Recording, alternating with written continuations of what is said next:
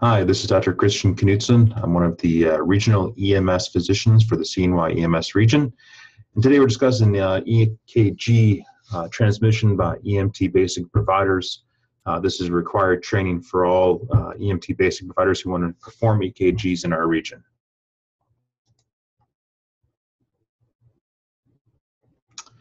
So a little background, heart disease is one of the leading causes of death in America.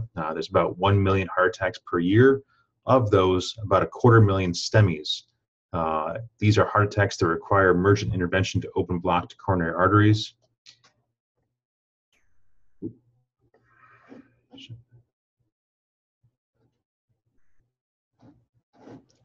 Here, let's just restart.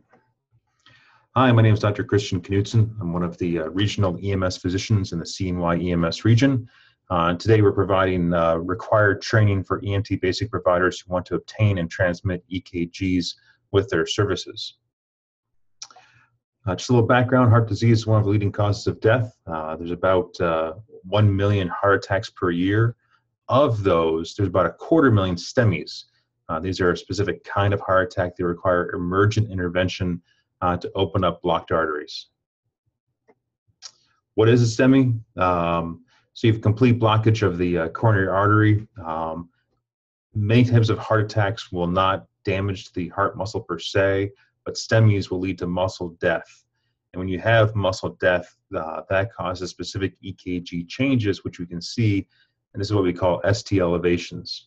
For this talk, you don't need to be an expert at reading EKGs, but at least you can recognize on the normal EKG on the left, the lines are very flat with the QRS and regular spikes you see.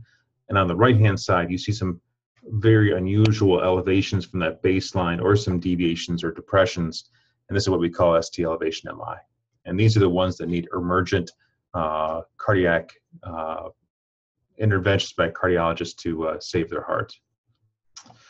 In the old school method, going back many years, we used to have EMTs and paramedics see patients in the field.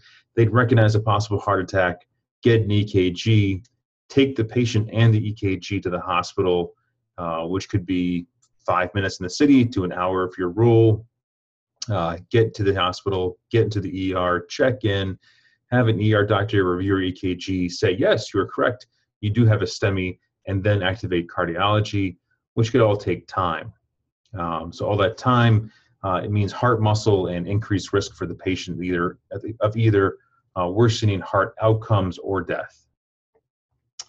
Long ago, we realized that paramedics who obtain EKGs save patients. Paramedics have been trained to recognize ST elevation MIs on their EKGs. Over the past 10 years or so, they can now transmit them to the hospital. And we found that early activation of the cath lab at least decreased time to intervention. So we bypass that the transport time, then we decrease the time in the ER and go straight to the cath lab, and that saves lives and saves heart muscle. So now in the newer system, we now bring pre-hospital providers into this chain of activation and shorten times and increase survival. Recognizing how beneficial it is to have pre-hospital EKGs done, the CMAC back in 2016 authorized basic providers to obtain and transmit EKGs to receiving hospitals. So we now bring in the entire EMS system, not just paramedics, but basics as well, and make them part of the STEMI chain of survival. Where a patient calls for help, EMS evaluates and transmits the EKG. We have short ED times and rapid transport to the cath lab for reperfusion and opening coronary arteries. However, of course, we have to do some training to make sure that all basic providers are approved to do this. And the state has delegated this to the REMACs to provide this training.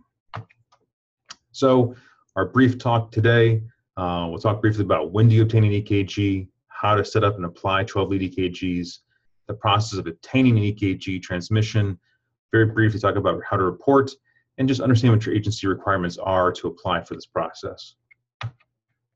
So there are different types of monitors out there. Most EMT-basic systems will have AEDs.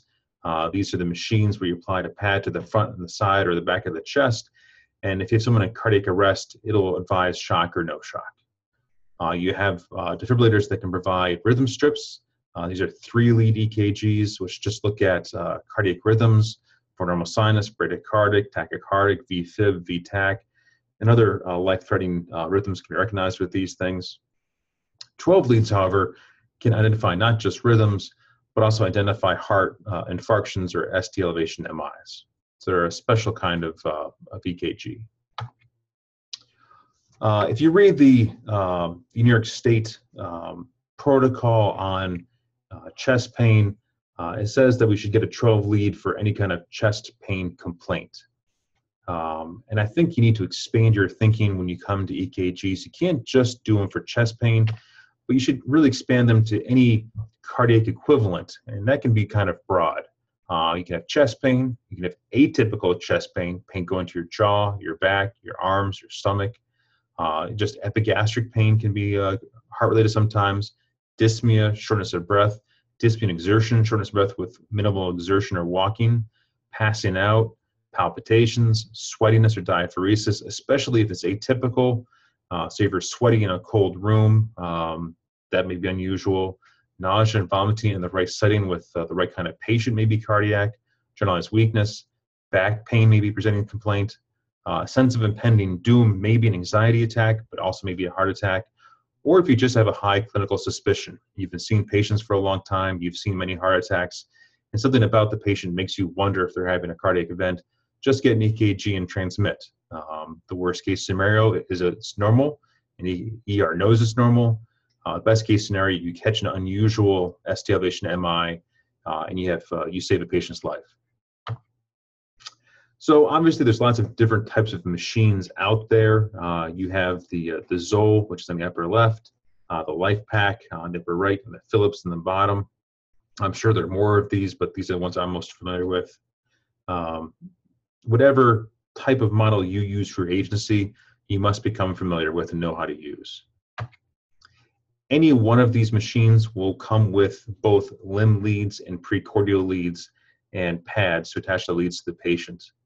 The limb leads, as you can expect, apply to the limbs. They come color-coded and marked. So you have right limb, right leg, left leg, right arm, and left arm. So the white goes in the right arm, black goes left arm, green right leg, red to left leg. This leads to a typical mnemonic of clouds over grass. So you have right arm, right leg, and smoke over fire, left arm, and left leg. If worse comes to worse, just read the label, put them in the right spot. You can put the right leg or left leg down to the ankles or anywhere on the legs themselves. The precordial leads are applied to the chest. They come in V1 to V6. Again, they're color-coded and they're labeled. V1 starts here with V6 on the left side. To know where to place them, V1 goes into the right fourth intercostal space. How do you find that? You find the clavicle, you come down, you find the first rib space, that's actually the second intercostal space, and then come down to the third and then the fourth, and feel that space. And right next to the sternum, that's where you apply your V1 pad. V2 is just lateral to that on the left-hand side. Easier to say V4 goes into the fifth intercostal space, harder to feel, but goes down about a space, but it's in the mid-clavicular line. So you take your clavicle, divide it in half, and come right down. That's where V4 goes. V3 kind of bisects those two, goes in between the two. V5 goes lateral, so it goes into the axillary line. So where the armpit and shoulder is, comes straight down, comes just lateral to V5. And I'm sorry, I mislabeled this. V6 is mid-axillary line or the middle of your armpit and straight down and just horizontal to V5. So you've applied your leads or you're about ready to apply your leads. Turn your machine on, make sure your cables are attached properly. Oftentimes the precordial wires need to attach to the limb lead box, and then those all get plugged into the machine. Again, it depends if you have a Philips, a Zoll, or a LifePak. For easiness, I'll show a LifePak here. Prepare the patient. You need to expose the chest, shirt off. If it's a woman, remove the bra. Try to maintain privacy, either the sheet over the patient or do somewhere privately. If it's a gentleman, you may have to remove excessive hair, use a razor to shave the hair away. If they're oily, use an alcohol pad to prepare the skin. If they're sweaty or diaphoretic, you can use a towel. Try to dry off the skin as much as possible. You want the pads to stick as easily as possible and have the gel in the middle contact with the patient to get the best EKG. If you have an older woman, they may have low-hanging breasts. Try to move the breast tissue as best as possible. Recommend using the back of the hand to kind of displace the breast tissue and get to the skin where you need to apply the pads.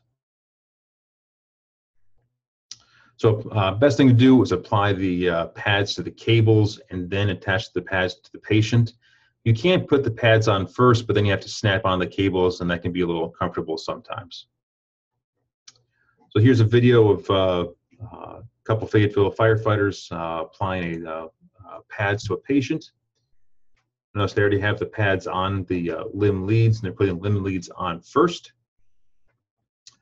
So right arm and left arm. See right to the right arm, left to the left arm. They attach the lower limb leads, right lower leg, and then red to the left lower leg. In this example, they have not attached the cable to the limb lead box yet. They'll do it afterwards. But paramedic Jones finds the fourth intercostal space by palpating down from the clavicle, attaches V1. It comes left to that, attaches V2. He kind of follows the fifth space down, applies V4, and it comes back to place V3 between them, and it continues laterally with V5 and V6. So V5 is in the axillary line, and V6 is in the mid-axillary line. Then they attach the cables together, and they're ready for business. So if you take a look at the patient from direct on, this is how it should look. Again, V1, V2, V3, V4, V5, and V6 is really laterally on the chest.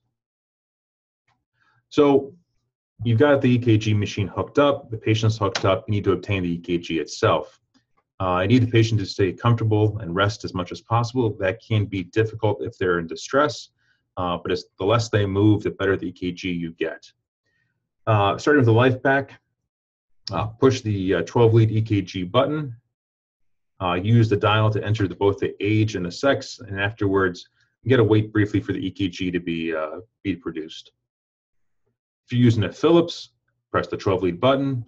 In this case, start a choir button, and then same as life pack, enter the age and sex. Philips does request a reason, chest pain or whatever would always work, and then wait for the EKG. Zoll, press the 12-lead button. In this case, it's patient info, enter age and sex, and then press acquire for the EKG, and then wait for the EKG. So after all of those, you have an EKG, you need to send it to the hospital. I'm not going to show all the different models. You should follow the instructions for whatever model you have. However, it can be varying. Here for the life pack, you push the transmit button, and you use your dial to select report, in which case it's a 12-lead EKG.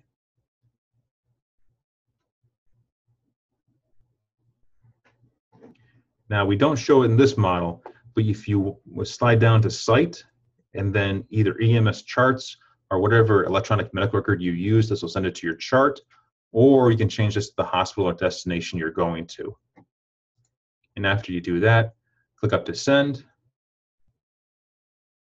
and it should send to the hospital. Keep in mind, you do want to transmit the EKG as soon as possible. You don't want to slow down patient transport time or delay transport, but also you want to get the EKG sent off. So it's a balance between getting a good EKG versus moving a patient who appears to be in distress or in a bad way. So Afterwards, you get the EKG, you get rolling with your patient. You need to tell the hospital that you transmitted an EKG. Sometimes in a busy ER, the charge nurse or the ER doctor may not realize that an EKG has been transmitted. It'd be useful if you give a standard report to at least include an EKG was transmitted to your facility for review or something similar. So, quick example, here's my report. EMT Knudsen around to your facility with a 55-year-old male with crushing substernal chest pain, radiating to the left jaw and left arm. Started 25 minutes ago while playing golf. No previous history. Vital signs are normal. Blood pressure is 130/75, heart rate 75, respirations are labored at 20, pulse ox is 99% on 2 liters nasal oxygen. Normal rhythm, lungs are clear, patient appears diaphoretic, slight distress. I transmitted an EKG to your facility earlier for your review. I gave 3.5 of aspirin. Our ETA is 15 minutes. Do you have any questions? So keep it short, keep it succinct, but make sure you hear the ER doctor hears you say you sent an EKG for their review. And on their end, if they feel it's a STEMI, they can activate the cath lab for further care. So if you have if you're an agency looking to obtain this type of skill for your providers, your leadership will have to have your agency medical director write a letter supporting the use, outlining the training and QA process. Then your agency itself will have to draft a letter discussing your program requirements for continuing education for your providers, the education need for competency in the future, a list of providers who have been trained and are authorized to do 12 lead EKGs, what device your agency is using, and assurance that the 12 lead EKGs will be subject to review by your medical director. Once your REMAC approves, or our REMAC approves your agency needs to update your medical director verification form, and then you're good to go. So this is a quick review today. We discussed when to obtain EKGs, how to apply 12 lead EKGs, the process of obtaining the 12 lead for the machine, how to transmit, what kind of report to provide, and your agency requirements. From here, I'd ask you to go out with your machines, do hands-on training, of course, practice on patients, and do your best to save patients' lives. If you have any questions, contact the CNYEMS office, and I hope this is helpful. Have a good day.